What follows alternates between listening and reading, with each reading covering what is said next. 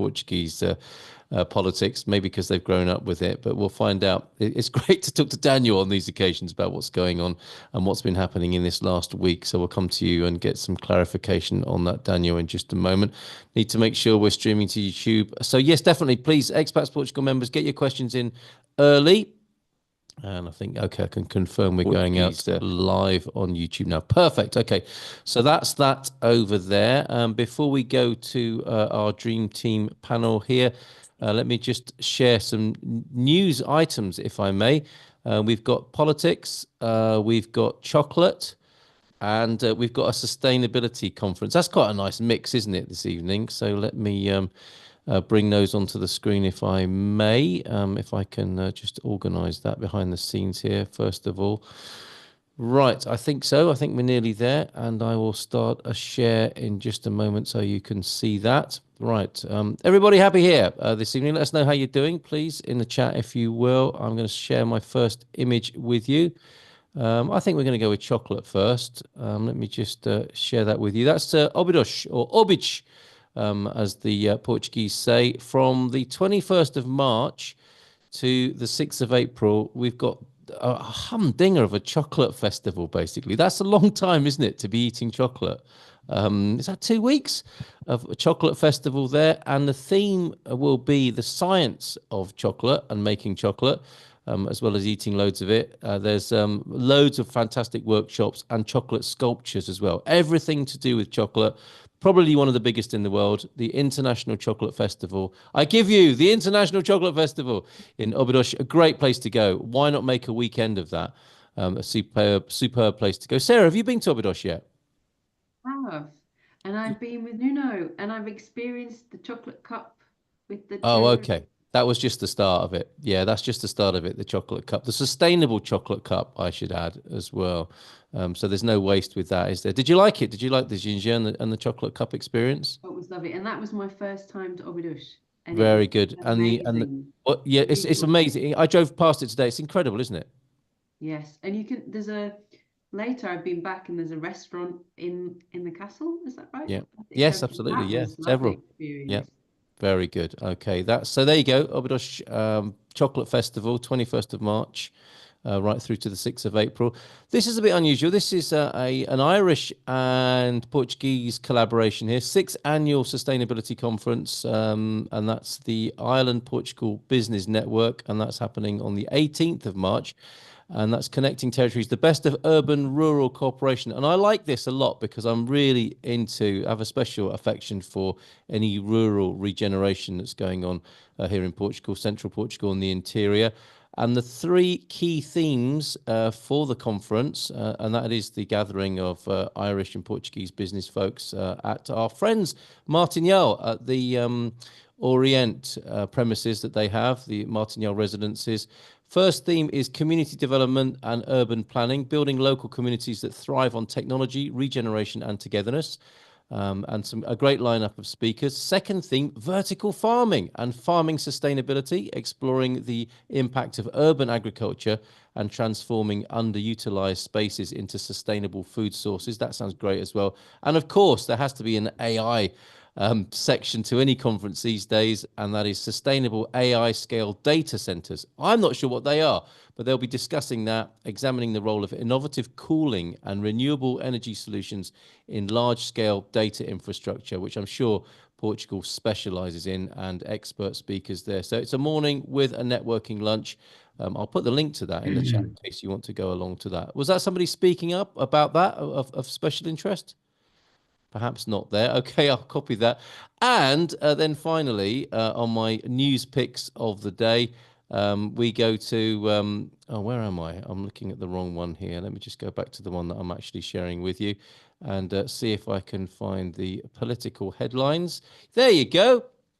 From Publico, I think that image on the screen there. And I was alerted to this in the excellent Substack Portugal Weekly. Government set to fall after, I think that might be a little bit ahead of the game there, but the prediction, I think, for Portugal Weekly here, Jorge Branco, is government set to fall after PM calls confidence vote. So I think it's probably best to go to the experts all the experts, my my go-to guy on this, Daniel Reis of Reis and Pelicano. Good to see you back, Daniel. How are you? Hello, hello. I'm quite all right. It's indeed quite an incredible week for the politicians here in Portugal. And basically, Montenegro, the prime minister, he dropped the ball. This is my assessment out of it, and he dropped the ball. The first thing that I need to point out is that he had the law firm that he diverted the service providing contract from the law firm to a company that is not a law firm, which raises questions of this being a forbidden act, because for services provided by lawyers, it needs to be a law firm or the lawyer by himself providing those services. So if it's a company that is not a law firm providing those types of services, this can be considered a crime. This is the first thing that I do need to point out. In the Bar Association in Portugal started an investigation to see if the consultancy that they were providing was or can be considered legal or not. And was it really consultancy being provided or not? Because before he was prime minister, it seems that he had this company, that it was his family company. Then when he became prime minister, he sold the shares of the company to his wife, or donated the shares of the company to his wife. But as they are married under what we call the acquired property regime here in Portugal, the company belongs to the two of them. So he didn't sell anything. Basically, he was the one controlling the company.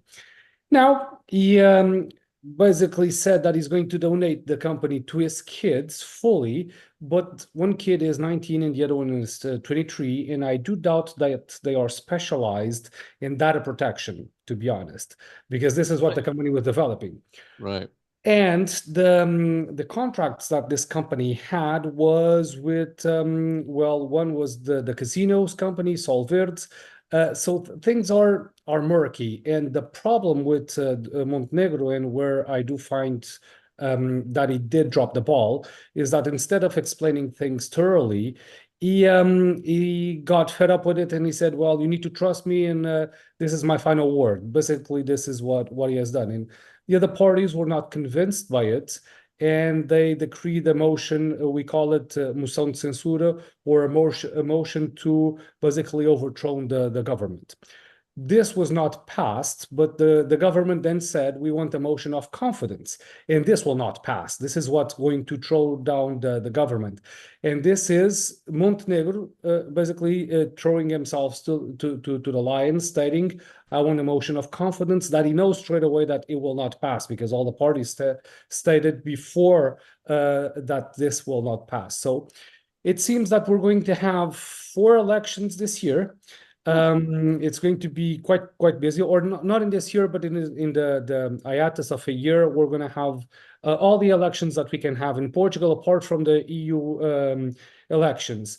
So it's going to be busy for politicians. I was not expecting to have elections, to be honest. I would prefer to have stability, but it's the reality that we have. We are really going to elections. There's no way around it. And then there's the uncertainty. Will the extreme parties will they win more traction on the situation? Will they be able to, or the center parties, the PSD, the one that is in power, and the PS, the one that lost the last elections, will they be able to grow a bit? We don't know. And I would prefer stability, but it is what it is. We are really going to elections. I don't see any other way around of this. Right. So you think May there will be an election? He will fall further come next Tuesday. Yes, for me, this is for granted. We will have an election, because the motion of confidence will be rejected. So the thing that I'm most afraid of is that in these types of situations, the extremes will grow. And if the extreme parties will grow, it's going to be ever more difficult to form a coalition government. Yeah. And I don't see anything positive coming out of this election. But at the end of the day, Montenegro should have been wiser. And he, well, I will recur to the English expression of wanting the cake and eating the cake and having the cake. And this is what Montenegro wanted to have. He wanted to have his carry on business as usual in his private life, but he needs to be an exclusive as a prime minister. Thus, something needs to give, and it's too late now for him to give up his company. And I don't know if he will need to give up on his seat as a prime minister. Let's wait and see. And what's the end result of the elections? I must say that I'm disappointed, and I was not expecting this. Okay, this will happen in May then. So a couple of things, if I may, because this is an extraordinary time in the world and in Portugal. And I suppose it was worth a try to say, you should just trust me, and that's all I have to say about this. That probably doesn't go down very well, does it? Yeah. Yeah, Okay. he said, he even went further than that. One of his last declarations was, "I don't have time to be always providing explanations," in somewhat of a brute force, and people are not too keen on that. Right. Yes, you people with all your questions. I guess Yes. in public office, in public office, you might need to be a bit more robust than that. Yes. And you say 3 out of 4 possible elections. I mean, there is time, Daniel. If the EU decide to take back the UK, then that might throw up a, because that could Good happen any point. minute now. Yes. Yeah, Why that could throw up an EU election as well, and that would have all 4 then, wouldn't we? I would prefer to have the 4 or 5 all in one day. We can decide it all. But Yes. that's not going to be the reality. So we'll have 4 different elections in 4 different days. So Wow, incredible. Thank you for your analysis. Really helpful. I think that helped fellow fan of Portuguese politics, José Cruz, as well, who said, I've been listening to the Portuguese news and my limited understanding would indicate that PM Montenegro made public his family company. So is this purely a political grab for power? Given all the uncertainty throughout Europe, this is not the best time for countries to be publicly displaying their internal divisions. Well, you're absolutely right, Jose, and we'll come back to more of your comments and anybody else's comments or questions on that. Fascinating. Thank you, Daniel. Anything else from the world of law, or is this rather overshadowed things this week? I think this does overshadow the rest. Right. And I don't see anything with big interest considering this case. This All is right. what Thank you, Daniel, for being here. Any questions about the law and that, please pop them in the chat. Gilda, good evening to you. How are you? You were smiling. You were interested, I think, listening to Daniel's commentary there. Would you like to add some of your own as well? Hello, good evening. Good evening. Yes, I was agreeing with Daniel with everything. It's a shame. It's a shame. We are disappointed. I was very optimistic coming here every week saying everything is getting better. It's getting better. The IMA is getting better. The migration law is getting better. The decisions are getting better. And now this happens, and we will start over again. Right. So you think this will have some repercussions for other areas of government and public service? Yes, Okay. I see. All right. Ooh, okay. Well, yeah, that's the truth of it. That's as you see it. And thank you for sharing that with us, Gilda. Anything else that's come from? In another hand, Yes. as the elections are if they come to happen, which most likely they will, are foreseen to be in May, speed up your process before May. No one knows what's going to happen. Okay, so yeah, get up to speed, make decisions based on the intelligence that's being shared this evening. Is that your share? Yes. Okay. All right. Anything from the front line, with you and your team dealing with IMRA every day? Any changes there? We are getting more and more appointments now for people on the waiting list. Yeah. And we are having some good achievements with visas and everything. So yeah, everything was going better. Yes. All right. Super. Excellent to see you in the Portugal news as well. In the last few days, excellent piece there. So well done. One question. You said that I look like your older daughter. You do? Is that right? A striking resemblance to my eldest. Yes. Yeah. It's your youthful appearance. Is that what you'd like me to say? That was sweet. Okay. All right. Yes. You're both very beautiful women. So if I could say that too. There you go. All right. Thank you for being here. Thank Any you. questions? Any questions about migration to Portugal? please pop them into the chat for the attention of Gilda, of EI, and let's stay with that company. Let's talk to Pedro Franco. Now, you may have a political view, as well as letting us know what's happening in the financial world, and we have a question for you as well, Pedro. Good evening to you. Boa noite. Good evening. Yeah, it's really this unnecessary situation, and my view is to put it very simply, because Montenegro, the prime minister, does not want to give clarifications about his life, but and in that point, I could almost agree with him, except for the fact that his business, he doesn't run, he's not a veterinary, or he doesn't own a chocolate A restaurant. factory, Yes. a restaurant. Yes. Yeah. It's not a normal business. He has annuities with companies, Yes. and this is something that, you know, it's services that are being rendered to companies. So obviously not the same thing as being a veterinary. So he should stop with his business immediately. What he didn't do, he was not clever about this. Okay. And he wants to play hard with and to go to elections, because he thinks he will have some advantage, because he feels that people will turn against those who provoke the elections, but I think it's not the case. He's the one who is provoking it. So Right. yeah, Backfired on him. someone mentioned in the chat that Chega will benefit from this. Absolutely, yes. Right, that's your view. So Chega will benefit. That was from Jose Cruz, I think, as well. Yeah, will this be to Chega's advantage? Will this be a gift to them? In fact, the perception of corruption in the established party. So you think so? Yeah. Okay. All right. Thank you So, very much. Anything to add on the personal finance side of things? no, not really. So from the tax, no big news, nothing too relevant to share with you. Well, that's great. Yeah. Yeah, well, that like with our next guests world, no news is good news, perhaps. Let's go to the world. Thank you, Pedro. And any questions for Pedro about personal finance taxation here in Portugal, please put them into the chat. And let's hope that no news is good news in the insurance world. There's enough going on at the moment, is there not? Nunu, good to see you. Hello, everyone. Good evening. Yeah, so no big news on the insurance world. Just some clarifications regarding insurance politics.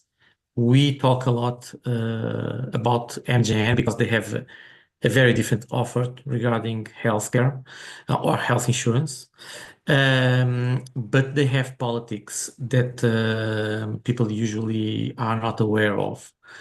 One is that they only insure the whole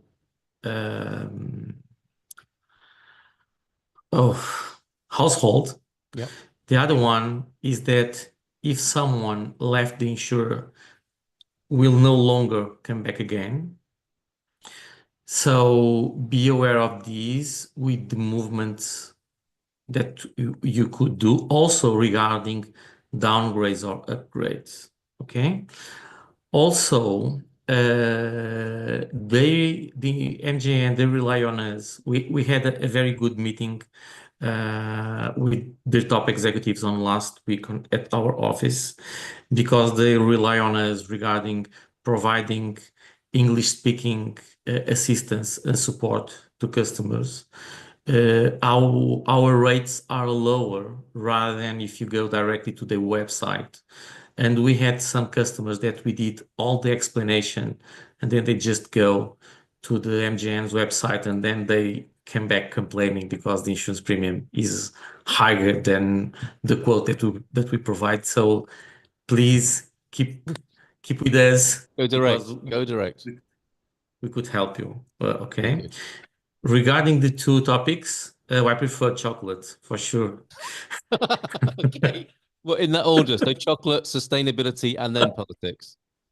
Yeah, forget politics. Forget Okay. politics, please. Oh dear. Okay. All right. That link to the sustainability conference is now in the chat, and it's chocolate all the way. I mean, that's a long time to be talking about and eating chocolate, though, isn't it? From March the 21st to April the 6th. But I guess it's a good distraction.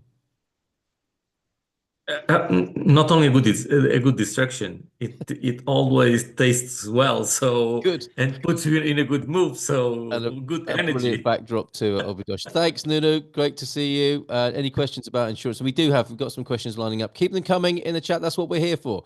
We get our industry information, a top up, the state of the art from the various fields of our experts here. We have a couple of news stories, 2 or 3 news stories, and we get into the Q&A, the town hall. That's what we're here for. So please put your questions into the chat. Let's come back to you, Sarah. And one straight away for you here. We've got from Clint. I would love to hear from Sarah about the US dollar euro conversion and the drop we are seeing. Any predictions on the further impact of the USA tariffs and the likely bottom we may hit for conversions? I'm not sure you're able to predict in that way, are you? Did you bring your crystal ball tonight, Sarah? I might have done. No. You might have done. You'll shock us one night, won't you? And you'll be sitting there in like dry ice with a crystal ball. Yeah. No, it's interesting because I come on each week, but the rates can move quite dramatically, and this is obviously what we're seeing at the moment.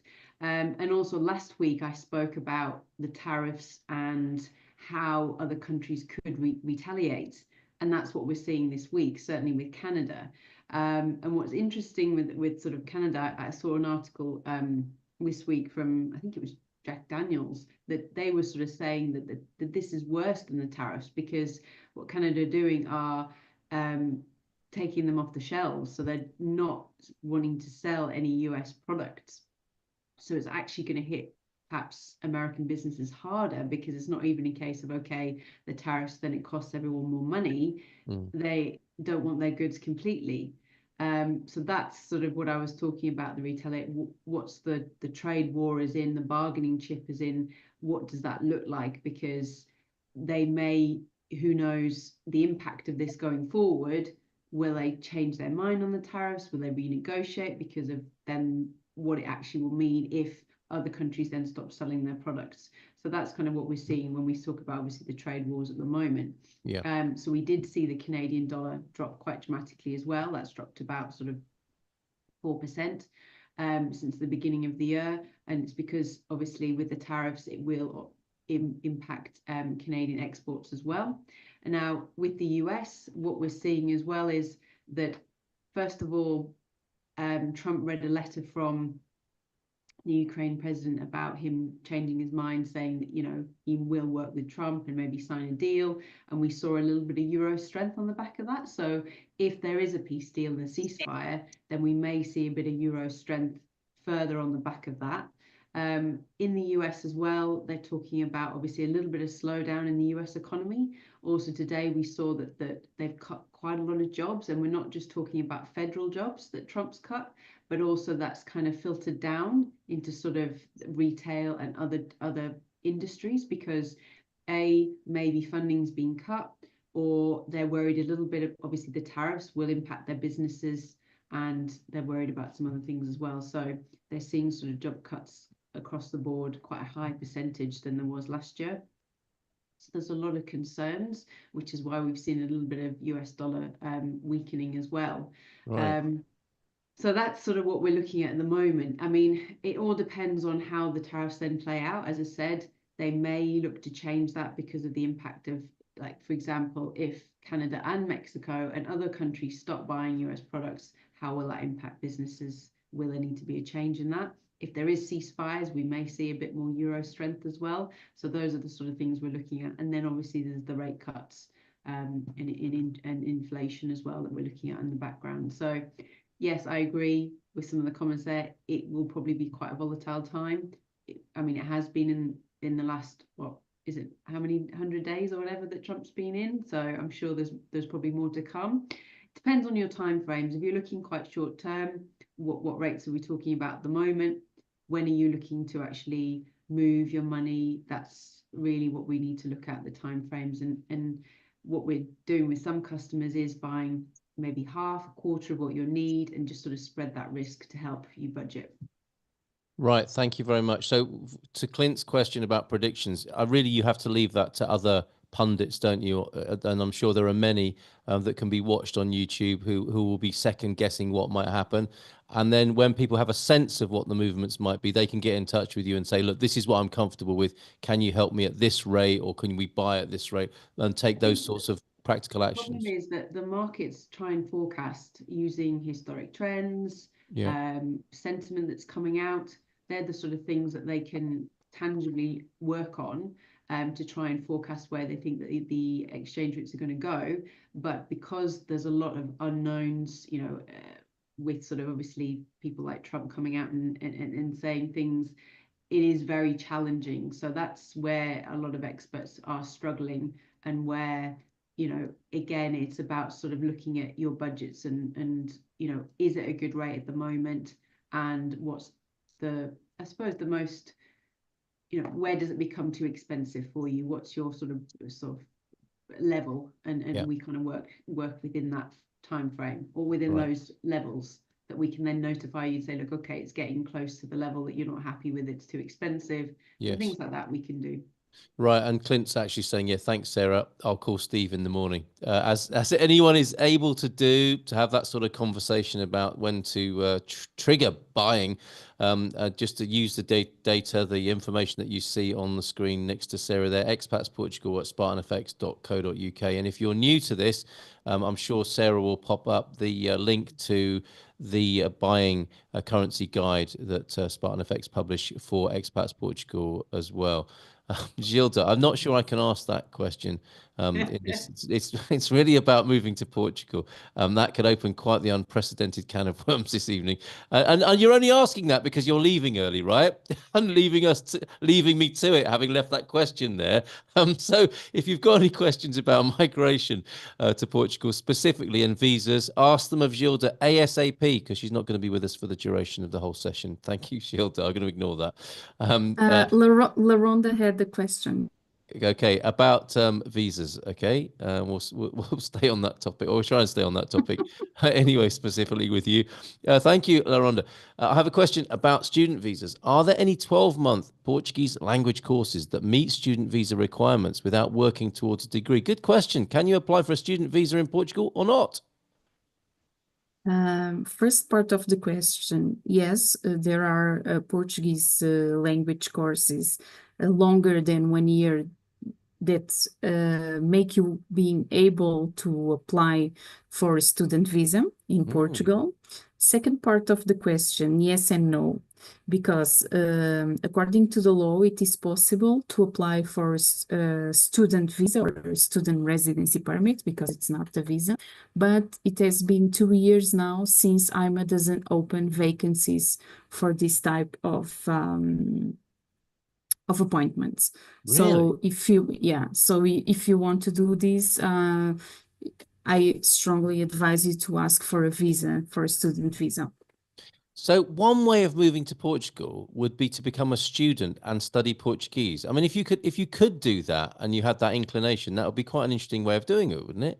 Yes, but of course that the schools and the courses, they have some criterias. Yeah. And before you engage in one of those courses, you need to see and you need to check if it matches the criteria to apply for the visa. So that will be working in conjunction with the school and you, for example, to figure out if that would be a way forward. We do that kind of checking. Very good. Okay, that's great. Great question, LaRonda. If there's anything else you need to know about that, do let us know. Thanks, Gilda. Is that everything you wanted to say about that? Yes. Okay, very good. And the other thing, well, we will ignore it, but I wanted to thank because many people are coming, so they are keeping my job. Oh, well, okay. Yeah, well, they're looking on the bright side. Maybe too soon, Gilda, okay? It's all about timing. So many things are about timing, aren't they? No, but it's been so crazy these last weeks. Well, can you give us a sense of that? I mean, you know, joking aside, this is rocked people's worlds, hasn't it? To the extent that they do want to move country and consider Portugal as an option. Give us a sense of what that's like then, and the sort of conversations you've been having with people.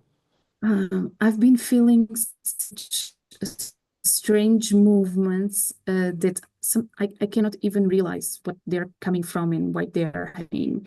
Now suddenly I have these people from Canada that want to move to Portugal, Right. Yes, United that's a plot States, of twist. course. Yep. Yes. But then we are having many people that are living in Thailand because they have this new tax law over there that they are going to tax worldwide. So we are having many expats that live in Thailand that are looking forward to move to Portugal. And because of this economic war between Canada and United States, we see many Canadian entrepreneurs trying to invest or relocate the investments to Europe, including Portugal. So lots of things are happening. Yes, so it's not just US based, but the effect, the seismic shock, if you like, is being felt Yes, and seen in areas that you would never have all over guessed. the world. Yes, all over the world. Yeah, I mean, I'm glad I asked you because that's quite interesting, isn't it? Think calls you would never have expected to have a few months ago. It means that Jerry and I probably need to fly to Thailand to go and talk to people about moving to Portugal. Jerry, if you could make a note of that, chat tomorrow morning. But yes, Yeah, I'm on you it. can I'm talk. on it, Carl. Okay. Do you want seat number 1 or seat number 2 on the plane? I don't mind. I really don't mind, Jerry. This just sounds like a great trip. But I mean, that extraordinary, Gilda. You can ask Daniel. He just came from I was us. expecting that. I just came from Thailand. Lovely place, lovely people. Can Yes. only recommend it. Yeah. Okay. All right. We'll get some recommendations. Jerry will be calling you in the morning for those recommendations. But that's incredible. And presumably, Gilda, you're expecting more of the same as these further sort of repercussions or shocks find their way around the world. Yes. And also one thing very interesting that I noticed this week, and then everything starts at the same time, happening at the same time, is that because we have this lack of manpower in Portugal and of interest, now we have these foreigner companies, many of them Indian companies that are used to hire this manpower and bring to other countries with visas. Yeah. So they are looking agencies like ours to make the visas while they provide the manpower to other companies. And we have never seen this happening before. Wow, so unprecedented stuff. Incredible. Right. Yes. Thank you for that. Thank you for that. Very interesting insight into your working life. Yeah, as I always say, at the front line of migration and seeing these patterns and changes here that have come about in the last couple of months, really. Derek, thank you for your question. I think we go to Pedro for this. Does Portugal have an equivalent of the UK small self-administered scheme, the SSAS? These enjoy tax-exempt status. All investments made are free of capital gains tax. Contributions to the SSAS receive tax relief. Are there professional trustees in Portugal who act as administrators and keep the scheme compliant with Portuguese tax authorities and pension regulators? Can you transfer a UK SSAS into the Portuguese equivalent? Are you familiar with this this vehicle of investment here, Pedro? Yes. So first of all, we don't have trustees because in Portugal we don't have trusts. It's something from the Anglo-Saxon countries, not not so much for Latin countries. But we do have the pension retirement accounts, but this type of self-administrated schemes, we don't have a direct equivalent to the ones that exist in the UK, which can be small and self-administrated. But in Portugal, we do have occupational pensions which are not self-administrated. So we don't have the equivalent to that. For that type of self-administrated, I would recommend something like a unit-linked, which is something, it's a kind of an insurance, a financial insurance, but it's not so much the insurance component that is relevant. It's just a vehicle like a trust where you can put your securities and your bonds and your assets. You can put them into this unit-linked insurance, and everything that the gains that are generated inside it will not be taxable in Portugal. And in the end, when you take out the money, you will get a reduced taxation. So similar to pensions. Right, very good. With the same type of benefits. Okay. So there the you go. answer is we don't have the direct type of self-administrated pension funds in Portugal. We do have our own, but they are not self-administrated. And I think it's not possible to transfer the UK pension to Portugal because they follow different rules. Okay, very good. It's all I have to say for now. I'm sure that's very helpful to Derek there. And you can arrange that, can you? You can help out with that process? Yes, so if he wants to reach out to me, we can discuss this more in detail, and I can introduce him to someone who handles the unit-linked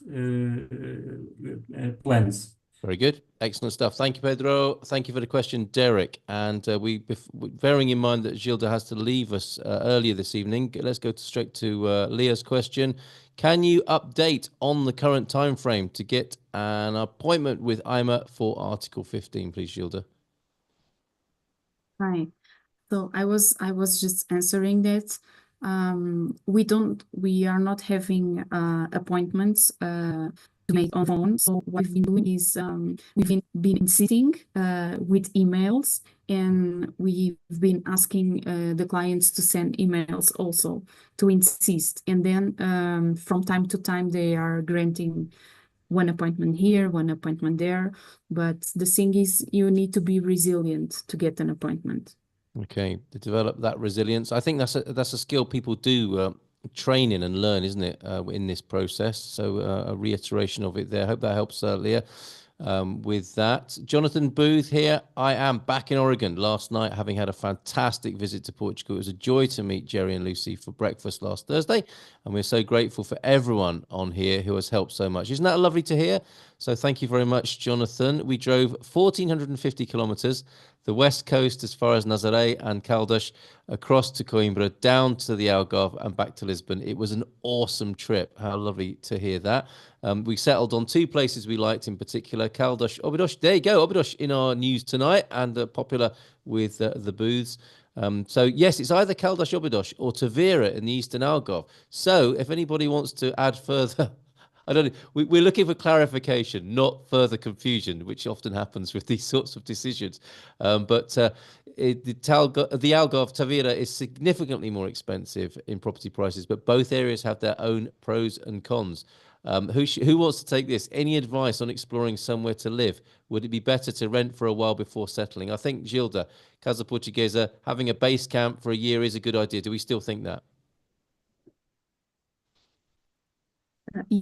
Yes,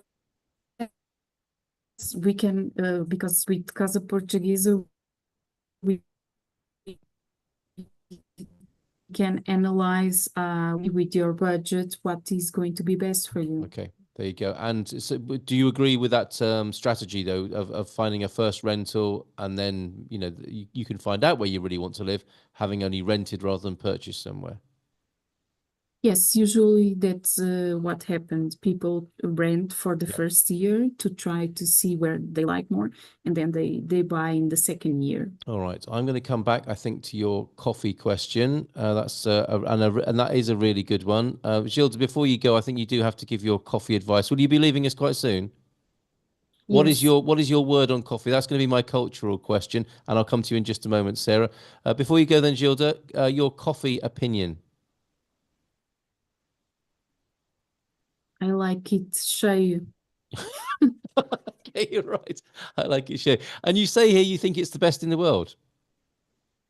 I think it is. All right. I think we really know how to drink coffee. That's so true. It's wonderful watching the Portuguese go in for their cafezinho and in and out. It's a fine art here in this country. It's fantastic. Gilda, thanks very much. Thank you for being here. Enjoy the rest of your evening. Thank you. Bye-bye. Gotcha. Okay, Sarah. Let's have you unmuted as well. Sorry, it was just a quick one. For the team. So I had a good call with Pedro today with my accountant in the UK.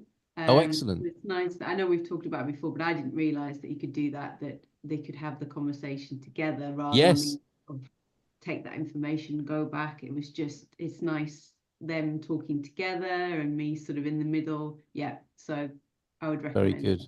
That is such a successful idea, isn't it? It's like a simple thing. We're thinking, why didn't we do that before? But Pedro is blazing a trail with that.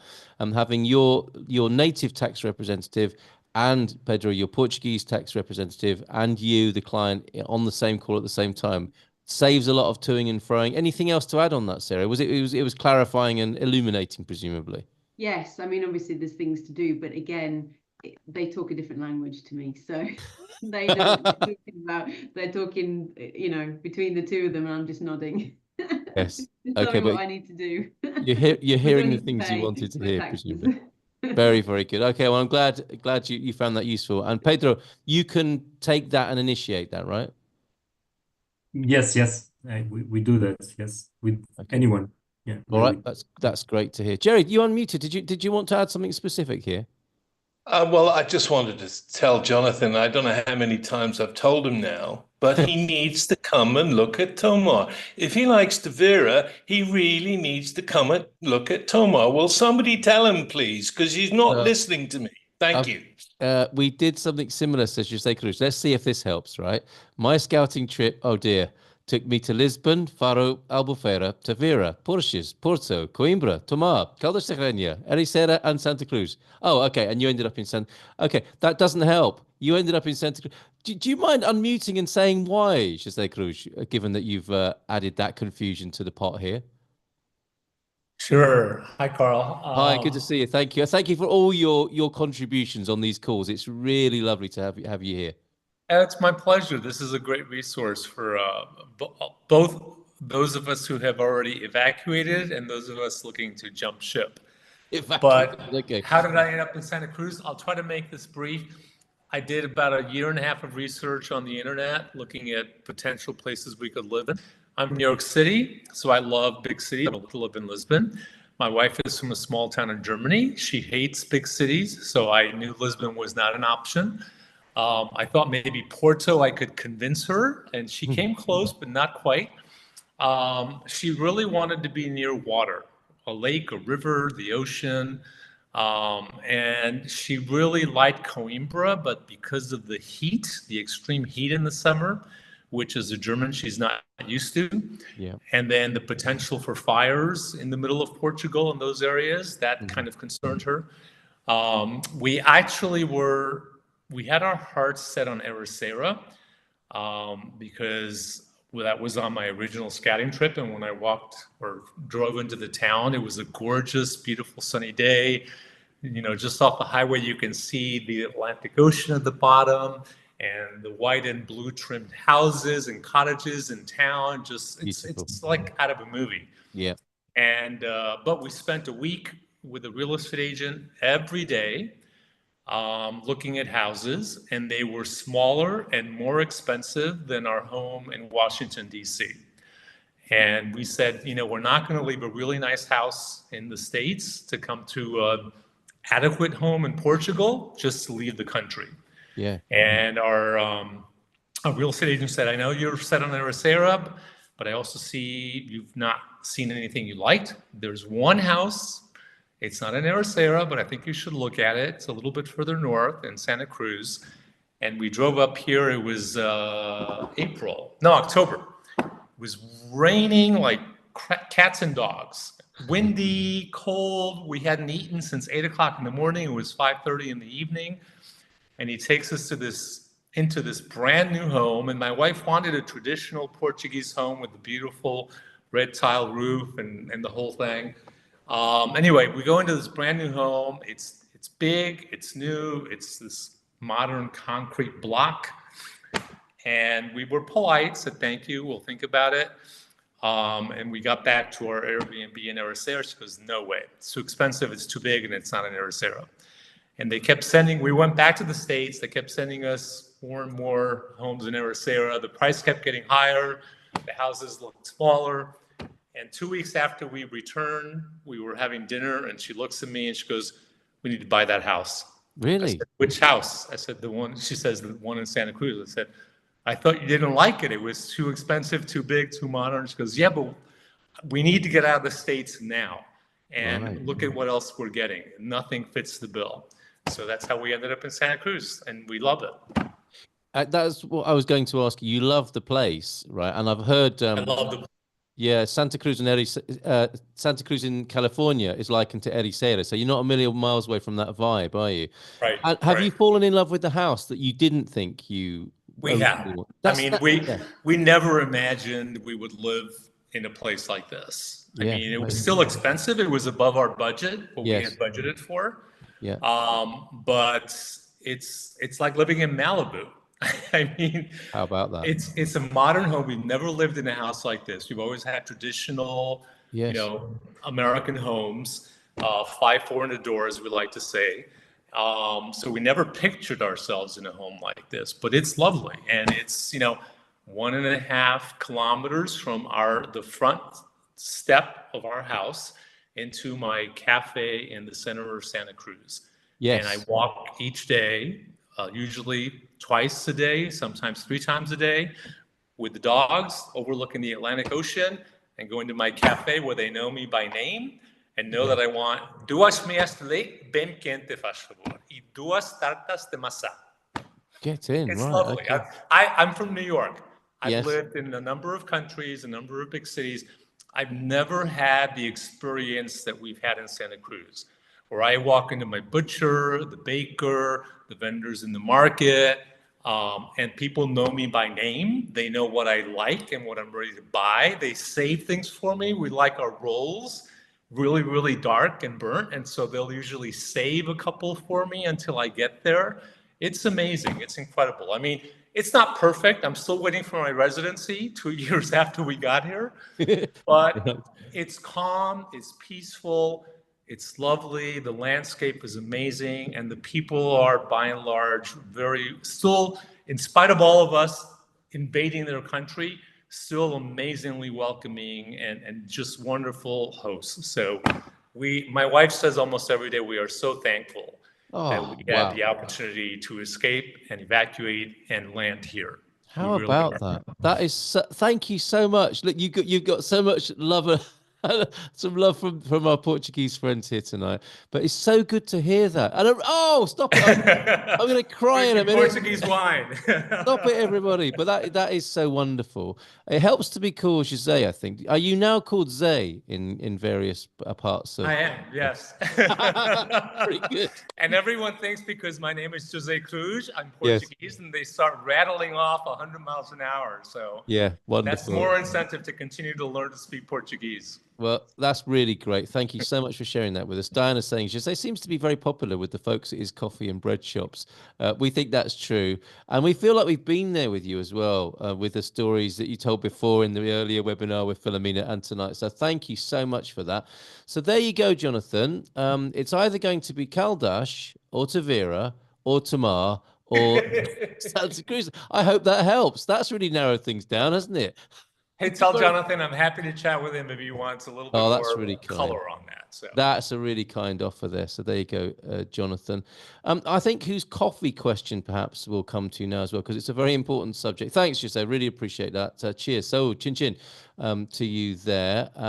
Before we go to coffee, not literally, Derek is asking Pedro, if you put assets in this insurance vehicle, does it allow the individual to invest in the NASDAQ, into ETFs, gold, or are the assets restricted? Is the individual able to deal live, or is there a middleman in the way? That sounds exciting. Yeah, let me just add to this. So in the past, these unit-linked vehicles were just available for very rich people. So if you want to choose what you put inside it, you had to invest 3 or 4 million euros. But they've created a retail version, so for smaller invested amounts, where you can get to choose what you put inside it, which is I think it's a very good vehicle. All right, good to know. Yeah. Thank you very much. And yeah, you answered Derek directly in the chat as well. So you know what to do there, Derek. Reach out to Pedro for that. Yes, we like Santa Cruz, says Jonathan, on our way north, I should say. And Sarah adding, it's only an hour drive from Lisbon, easy to get to. So best of both worlds. We are spoilt for choice. And I think touring and experiencing places in Portugal is all part of the fun here. And I know it's a bit stressful, isn't it, when you're just trying to find your forever home. But as you've heard, ease up a little bit on that, enjoy the journey.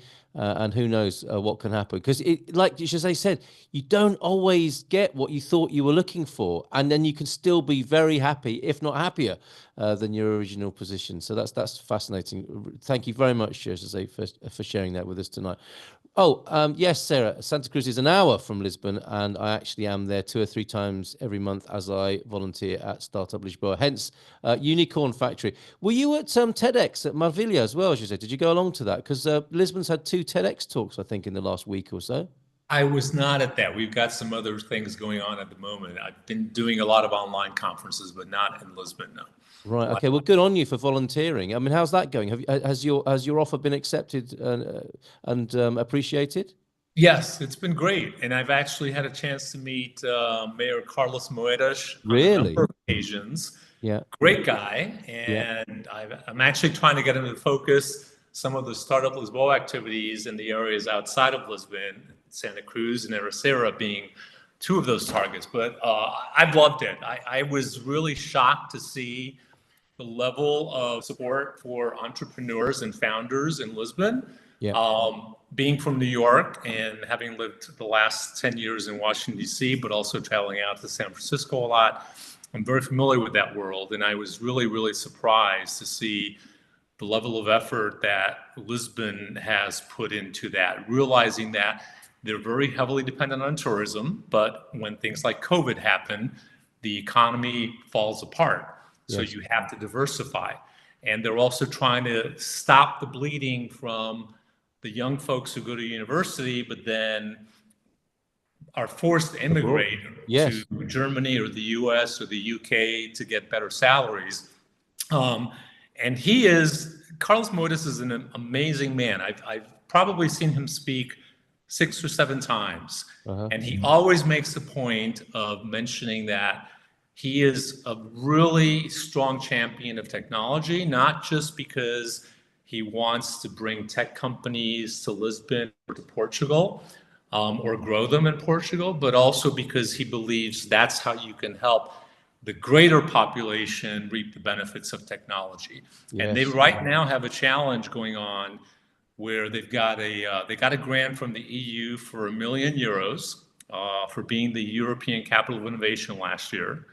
And they took part of that money, €450,000, and set up a challenge for 3 startups to help improve access to healthcare, access to education, and the ability to better integrate immigrants into Portuguese society.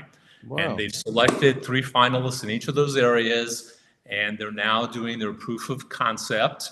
And the winner in each of those categories will get €150,000 to actually bring their product into production or their service. Incredible. Maybe we can have a webinar. Maybe you can bring Senor Moedas to us and we'll have a webinar. And those startup companies, wouldn't that be an amazing webinar to have? He's a great guy. I'm really, really impressed. Incredible. Thank you for sharing that as well. And I think, Jerry, we have possibly some introductions to make with Jean, who I was speaking to at Battaglia, right? Who wants to do similar work up in Tamar. Well, not just that, but also with our members who are very interested in some sort of program to give back. And it's something that we've talked about, but we haven't done very much about yet. But Jean is certainly interested. Amit, somebody might know Amit. He's very keen in getting involved. Nuno and I have spoken about it. Gilda's very interested, and no doubt other members of the Dream Team will be. And Jose, I've just made a note. I'd like to give you a call this week, maybe, and we could just have a chat, because the point is really that we have an enormous wealth of talent in Expats Portugal. Yeah. of all these different skills, and how could we help? How could we as an organ, or how could our members help people, particularly young people, to develop their skills in order that they would stay in Portugal and not leave and go to Germany or France or somewhere else? So I'd be really interested to talk with you about that, and I'm sure we could then set something up which we could sort of put a webinar together about. I think it would be very interesting. Cool. I'm happy to do that. And just one final thing, and I know we're running up against time, but I actually met with the mayor of Torres Vedras because that's our regional capital. Right. Just to have that meeting to say, hey, I'm an immigrant. We chose to come here. I love Santa Cruz and Torres Vedras. I love all the cultural activities you guys sponsor. I have a couple of suggestions for how things might be better, even than they currently are. And also, I would like to be a voice for the immigrant community to help give you ideas for how we could contribute to make Torres Vedras and Santa Cruz better. And she took notes, and she sent me a follow-up email and said, let's be in touch.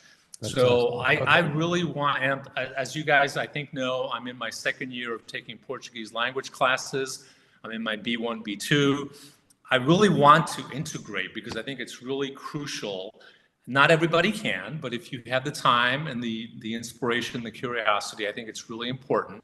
But I also think it's important to give back because as we see, there's a lot of whiplash against immigrants all over the world. It's not, just in the States. But if we show that we are willing to embrace the culture that we've chosen to come to and to give back to the community, I think that will help smooth relations and make things better for all of us. Well said. Yeah, here. Yeah, fantastic. Absolutely. And that's really the essence of, I'm almost every member I speak to is keen to do something like that. And I threw it out on a social webinar a while ago. I've even got in this conversation with this lady who's a dressmaker and was very keen to see if she could do some online training for dressmaking skills. And I thought, wow, how good would that be? And that might help, a small number of people, be able to sort of take on jobs here that they would otherwise leave the country. Yep. Really we have everything. We have all the parts, I think, don't we? We've got the technology, we've got the people, the skills, and the amazing context. It's just a matter of... And possibly even some funding as well, I think. Yes. Yeah. True. Jose, okay. I'll give you a call, okay? Very good. Excellent conversation to have. If you're inspired by that, get in touch. Jerry, you're probably a good point of contact for anybody who wants to follow up on that, who wants to share their skills and add to that network. Okay. All right. Absolutely. So Jerry at expatsportugal.com. Let us finish then. Thank you, Jose. Really appreciate your contributions this evening. Well, every evening we do this, but especially tonight. Superb job. That resonates so much. Coming into Portugal, we don't want to just take. We also want to give, says Jonathan Booth. Already wanting to do that. And I make good martinis. Happy to teach, says Clint. Yeah, fine. We got to do that as well. All bases covered this evening. With a minute to go, we know Jose Cruz likes say hot mer de leite, I think, emphasizing the heat there, coming from New York possibly. He likes it his way. It's like in a deli in New York, perhaps. As I'm seeing you on the screen, let's go to Pedro Franco. What coffee do you choose as a Portuguese coffee drinker? What else? Espresso. Not Nespresso. Espresso. Cafezinho. Okay. So a straightforward little shot for you. Italiano, how we call it. Oh, really strong little one. Okay. So how many of those might you drink a day, if you don't mind me asking? Not more than 5. Not more than 5. Okay. Sarah, higher or lower? And which type of coffee? Gosh, I wouldn't be able to sleep. Mer de leite. I like it with milk. All right, very good, thank you. And have you tried this one with ice and lemon in it? They say it's Mazagran. They say it's a Portuguese coffee. I don't believe it. But okay, maybe that's one for the summer. Thank you, Sarah. Thank you for being here. Thank you for your messages on the chat as well. It's always good to keep an eye on the chat as well as listen to what's being said here because there's lots of other messages and information there. Daniel, how about you? I've got you down as an espresso guy. Indeed, I'm an espresso guy. I drink between 5 and 8 espressos per day. So, whoa, yes. Okay, you can almost get a loyalty card in a single day. Yeah. When I was in Thailand, I quit drinking coffee for 3 days. I had a big headache and I regretted my life decision. Yes, terrible decision, mate. I'm Terrible. addicted to coffee. That's my only addiction, so it could be worse. All right, enjoy it. Thank you very much. No. Well, actually, I'm more a tea guy rather than a coffee one. But Wow. regarding coffee, Adelaide. Adelaide? Yeah, like Sarah. And you say tea. I don't think anyone drinks tea Tea. like the British drink tea. And we have Catherine and Briganza to thank for that. Is it chá verde? How do you drink your tea? Any kind of tea. Like herbal teas. Okay. They always smell better than they taste, I think. But anyway, LaRonda shocked. 5 to 8 daily. Isn't that a lot of caffeine? Yeah, that's the whole point. That's the whole point, isn't it? That's why I was having basically an hangover from coffee. So I don't advise that to anyone. Okay, thank you for your health warning, as well as an illustration of your daily habits. Thank you, Dream Team. Been fantastic with the added help of Jose Cruz tonight. Back to you, Astrid. I think, yeah. Hi, Astrid. Thank you, Carl, and thank you, everyone. It was a little bit quiet today. I don't know where everyone was, but everyone did an amazing job. So thank you very much for being here. And we'll be here again, same time, same